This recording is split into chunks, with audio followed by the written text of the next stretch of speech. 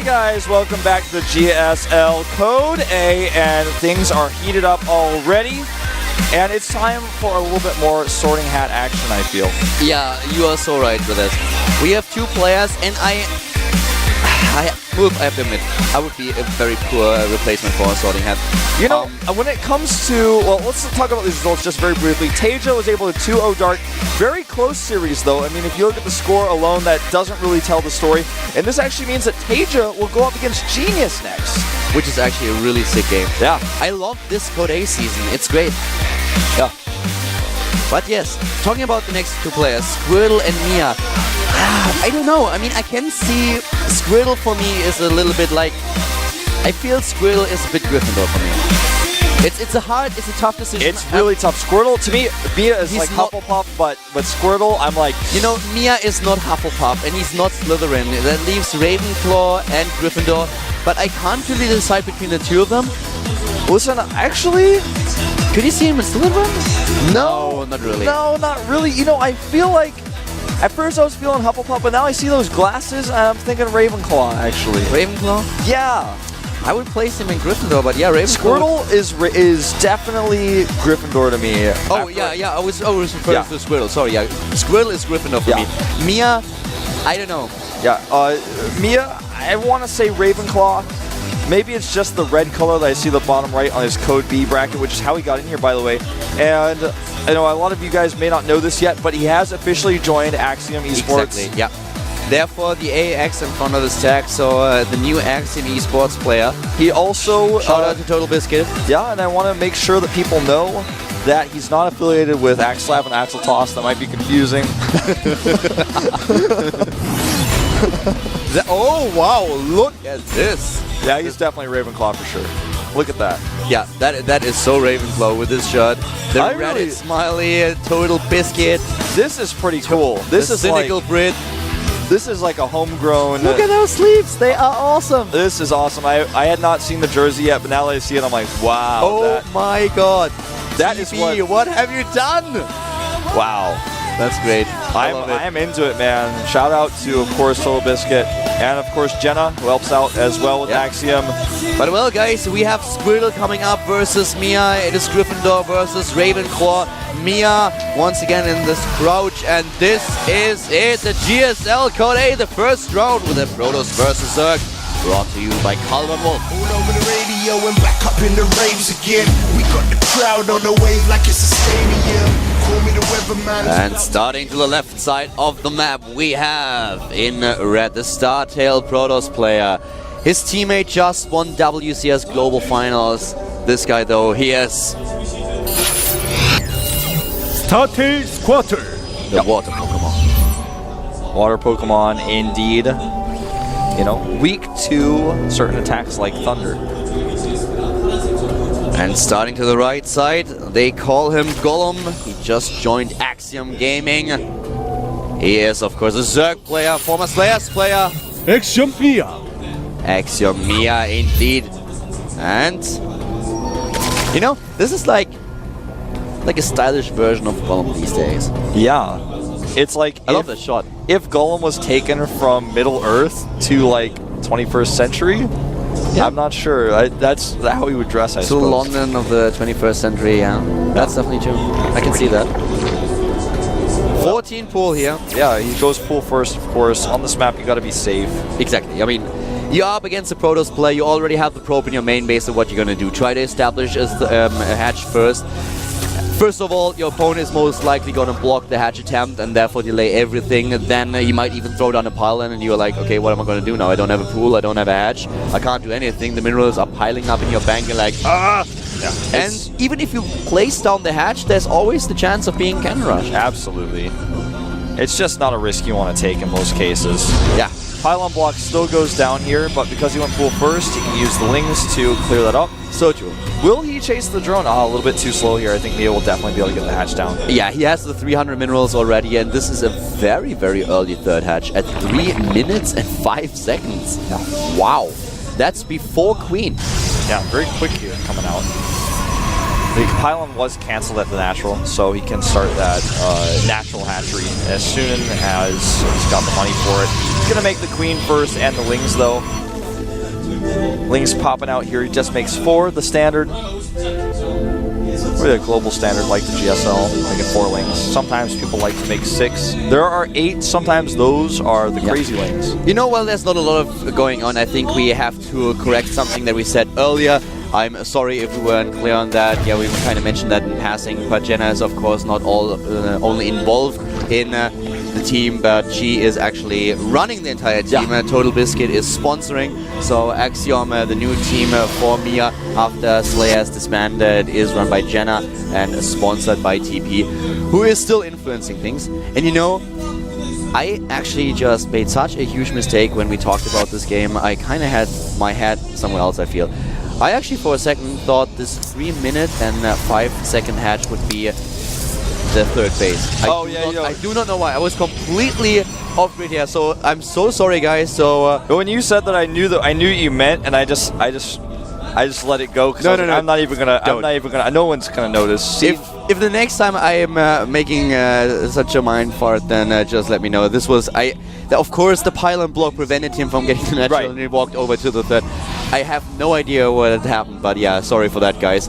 We are back on track here, though, with a very normal Protoss versus Zerg on this map. As you can see, the third base now for Mia, of course, after the Queen this time, is being built, and at the bottom left we have now Squirtle with the decision of which tech choice he's going to choose. By the way, I want to give a special shout out to Moletrap. Actually, it's his very last night in Korea, and he's here watching these games. He even just showed up and brought me a coffee. Yep, I appreciate that. Mochaccino coffee milk. And just wanted to give him, of course, a shout out. And guys, he has stayed in Korea for a long time. Definitely give him a goodbye. Yeah, give him a shout on Twitter now at Moletrap. A goodbye tweet on Twitter. He's leaving tomorrow, going back to the US. His Twitter account is at Moletrap. Yeah. Now the Stargate is finishing up here for Squirtle. Now, what type of Stargate play it's going to be, we don't yet know. He has not shown any sort of +1 tendency here. Did that Ling actually see? I'm pretty sure. Yeah, he definitely saw it. Sees the Stargate, but he doesn't know if it's going to be Phoenix hidden, if it's going to be Void Rain to Phoenix. He does not know. There's no way for him to figure it out because Squirtle is denying the Overlord to the south. You know, Antigua Shipyard is a map where so many Zerg players are afraid of a 2-base timing because it's hard to hold this third base. On the other hand, Protoss players kind of hate it because they know, first of all, it's a huge distance between the 2 bases that I have to cross if I go for a 2-base timing attack with, let's say, Immortals. If I take a third base, on the other hand, though, the Zerg player has an advantage in the late and mid-game, so most Proto players really hate this map. We had a couple of really amazing matches at WCS Global Finals on this map, and Parting, the winner of the entire tournament, struggled so hard against EG Suppi on this particular map because he tried to execute this 2-base Immortal timing, and then suddenly Suppi just spine crawling it up like crazy, getting an armor upgrade for Zerglings to just keep up with the +1 attack Zealots, and going for a bit of a faster and faster style, was in a great position against his opponent. But now Squirtle, the teammate of Parting, he plays it a little bit different. He actually tries to go here for the Stargate opening, which usually on this map I'm not such a huge fan of. If you combine it with a lot of gateway having attacks, then yes, it can work really well. But I'm a little bit interested. This is not your typical PvZ on a Antigua Shipyard. This is definitely not. I mean, there's several different common ways of playing Stargate, which is, for example, on this map, especially the one you talked about with the gateway attack, where you get +1, sometimes you use the high ground vision to actually warp into the main base, or you can just use it, use the Stargate to actually just bolster the damage of your gateway unit. Sometimes you hide Phoenixes, then go for killing Queens, but this time you just went straight out for Overlords. Great point here, by the way. You do not only have a shot at taking down the third base, but if you go for a Stargate opening, you can just place it, pylon down at the main base and low ground, and then with the high ground vision, go for the warp-ins. Usually you do it with a Void Ray, but there's definitely an option for Squirtle, so you have a very good point that you raised here. I mean, it's definitely something we may see. The same can be done with an Observer, but he has so much more damage potential here. Of course, about damage. Yeah, he's done a lot. Right now, he's killed in total 6 workers, 11 units overall. He does a great job so far. It's just like, he's not really forcing anything. He's trying to stick around with the Phoenixes for as long as possible, doing as much damage, but it's just a preparation for what he's really trying to do. He wants to occupy the Zerg player, he wants to force him back a little bit, also testing the waters. This is game 1, and he knows that Mia is a strong opponent, but still, he wants to hit him hard. He is actually going straight into the Robotic Spay here as the follow-up to the Phoenix opening. Wasn't able to force his opponent into Hydra though. Yeah, he wasn't able to do that, and if you can force the Hydras, you feel pretty good because basically the only way to follow up with Hydras is doing all-in these days. You can't make a few Hydras and then defend and be like, all right, well now I'll make my Infestation Pit. That doesn't really work. But the other thing to think about though is even though he makes the Robotic Spore, which is great against a possible Hydra follow-up, it's also great against the Infestor follow-up because the range of those Colossi can take those Infestors out so easily. You have to be so careful with them. The third base now for Squirtle being established, as said, and the thing is, I feel that Mia, looking at what he does right now, yes, he wants to go into the late game, of course, but I don't think that he's really going to try to pressure this third. This is something that a lot of Zerg players will attempt. As soon as they spot, hey, you are actually trying to get your third base, I now have the chance of heading you at the third, trying to get into your main base. You are spread out so thin that I might have a good shot at just let you run from the left to the right, from the right to the left, and completely capitalize on the fact that you just don't have the units yet to protect these. That's very true. I really like this wall, by the way, from Squirtle. He doesn't wall at the rocks, but instead he makes a 3-gateway wall near his actual base. That's really cool. Squirtle for me is just... needs a wall, though. Sorry. No. I freaked out there. I thought the Lynx were going to get in. I actually thought you would commit. You might commit. But yeah, there were too many units around, so he would have lost the Zerglings. Probably not traded too well, so a good decision to pull back. I think he saw the Colossus there and he was like, no, not a good idea. The Colossus is right there. And well, this time he's definitely... if he didn't see it that time, he knows now. You know, Squirtle is someone who, for me, just does not belong in Code A. He is such... He is someone who needs to be in Code S, at least that's how I personally feel. But lately, he's struggling a bit. You know, in his Code S matches, he lost to Bogus, he lost to Keen, he didn't win a single map. Yeah, he had a rough group for sure. Yeah, not only a rough group, you know, at East WC, he lost to Sword Off in the bracket round. He didn't play as well as at ISF here in Korea, Chonan, as we expected. So he has a little bit of a tough time. You could compare it a bit to Seed, I feel. Yeah, that's actually a great point. And it's hard to accept, in fact, that one of these two players is actually going to be in Code B after this. Yeah, Mia now doing a fourth base, going for the fourth, hive tech completed, and the drop play, which gives him a bit more flexibility. He can hit this main base. Well, there's a huge engagement. If he actually goes for a drop with just a few Zerglings, that's not a lot of commitment, you know, that's a few minerals, that's not a lot of supply, but if not contested, if not met with force, can take down your entire main base. We see it very rarely because it is a bit risky, but we could even see Infestor drops, a ton of Infested Terrans going in there to snipe some structures. That's something we'll probably see a little bit later if we see that, because you can't afford to lose those Infestors, because if for example, you drop the Infestors in, you lose all those, then Squirrel's gonna say, well, you don't have Infestors now, I'm gonna attack you and kill you. But this hatchery is absolutely dead. I love that. He leaves just enough Zealots to kill the hatch, he sends the rest of his army down. Very efficient here. I also really like Squirtle's position in this game. As mentioned, this is not a map where Protoss is really confident. They are always looking at the map and like, I don't want to play on Antigua, I don't like this map. But here is in a very good position on 3 bases where he can certainly contest this army that Mia has. And he's trying to hit this timing before the Broodlords, before 16, 17 minutes. And this is very dangerous for Mia. He needs to be so careful. There are Archons to block, Archons against the Zerglings. There are Colossi that can deal so well with the Infestors. And we still have the Phoenixes around that can lift Infestors or target down a couple of the Corruptors. Yeah, he's got to be so careful with how he engages here. That's a lot of Speedlings. There's no force fields here, but here come the Phoenixes doing exactly what you said. Picking up the Infestors. The Colossi are doing a ton of damage to those Roaches, and that's it. GG. Wow. What like beautiful engagement. Yeah, he just came in, swooped in from the side where his Phoenixes could not be fungled. So many Prosperous would have just kept the Phoenixes in the main army and just flew in. They would have been fungled and killed immediately by Corruptors, but in this case he brings them in from the side. This is why it's so important as a Zerg player that you deal with those Phoenixes early on, that the Protoss player doesn't have them later in the game.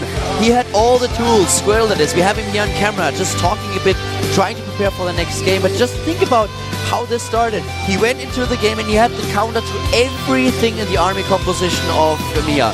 It was really well done, and you said it.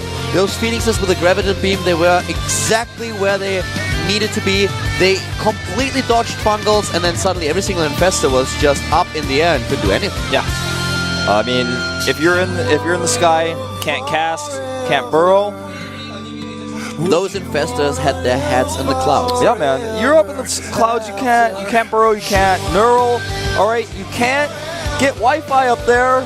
It's really boring, actually, and sometimes you don't have a lot of leg room, but it's okay. We had a lot of leg room, by the way. Actually, yeah, Our today flight- on the flight, there was a lot of leg room. I could stretch my legs, and I'm fairly tall. I was happy.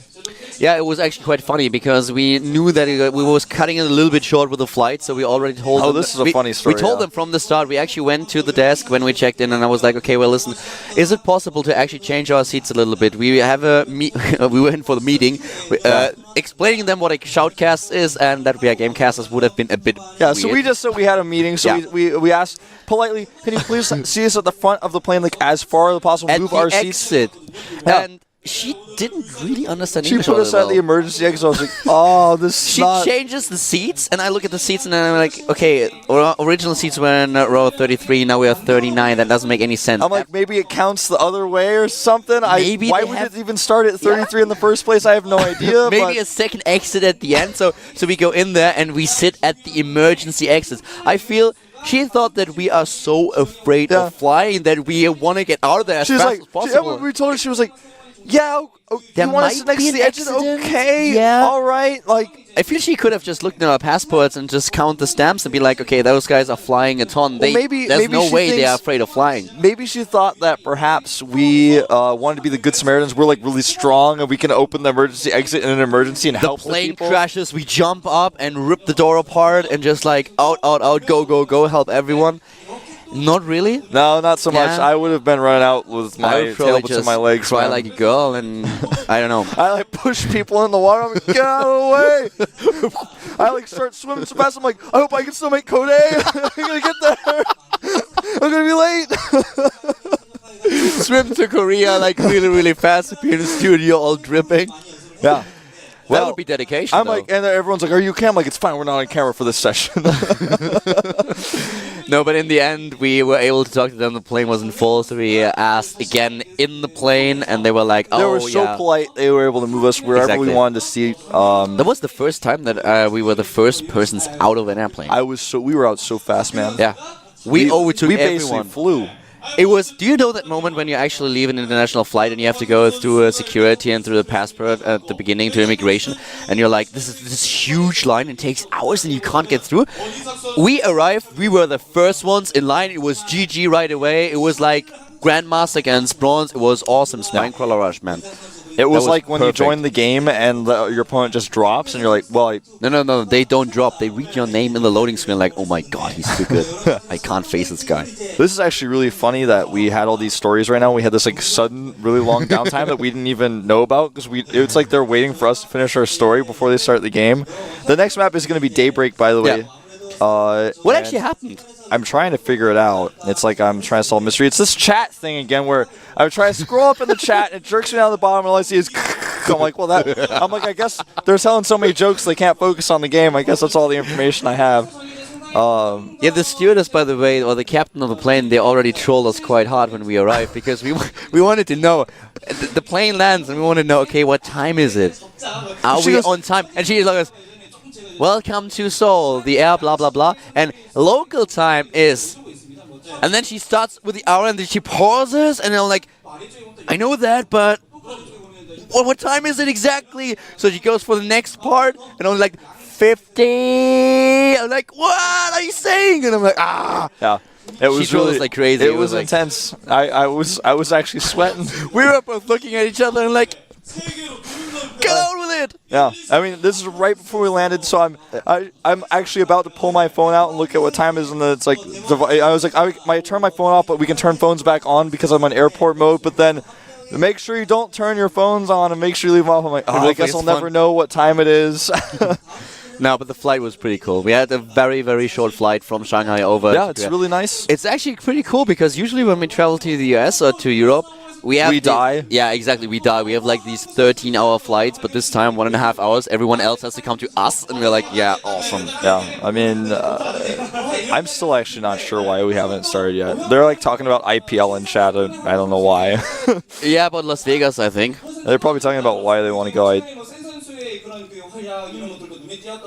Well, what I can say is that definitely the weekend was pretty amazing. Both of us had to go to Hong Kong first to get a visa for China, which is, if you are in Hong Kong, really easy. Yeah. I was so afraid. I would recommend. I actually wrote to the visa agency like 3 or 4 times and was like, are you sure this is all that I need, all these documents? I don't want to go to Hong Kong, appear at the agency, and then suddenly they're like, oh, didn't you bring document ABC and get it signed by Korean Embassy XYZ or whatever?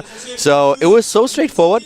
We went to the travel agency and they were like, okay, passport please, and this document. We're like, okay, here you go. They're like, yeah, you can pick it up at 6. I'm like, what? Same day? You serious? I'm from Germany. In Germany, that usually I have to wait for like 3 weeks, 4 weeks, and then they're like, okay, in 5 weeks we have it. Yeah. So it's not that bad, but it's pretty bad. But while you were telling that story, Did you find out what happened? yes, apparently Mia is having a lot of problems with the settings. You know, by the way, with the settings problems, since we casted GSTL at IPL, we had all this downtime when something happens. Yeah. And I feel we have this curse mode because we are on stage, on the main stage at the WCS Global Finals, and we cast, and suddenly there is a lag and a drop every single time. Yeah, every time we cast a big finals, We have to bridge it, yeah. It's we've like, got to do it. But you know what? We are the masters, and that's fine. yeah, exactly. I mean, at this point, just look at it. The game is live, and there's still so much things that I wanted to talk about, but I guess we have to postpone that. Yeah. We have to hope that one of those guys... I guess if someone drops, we'll be fine with it later. Yeah, we'll be fine with it later, but of course I hope that doesn't happen. Squirtle against Mia, the StarTale Protoss up 1-0 against his opponent Axiom. Mia here for his new team with his stylish look. He's probably the best dressed player in Code A right now. Possibly so. The map is loaded. It is Daybreak. Right now, Mia is down a game. He needs a win here, or he's going to fall down to Code B. I am Wolf with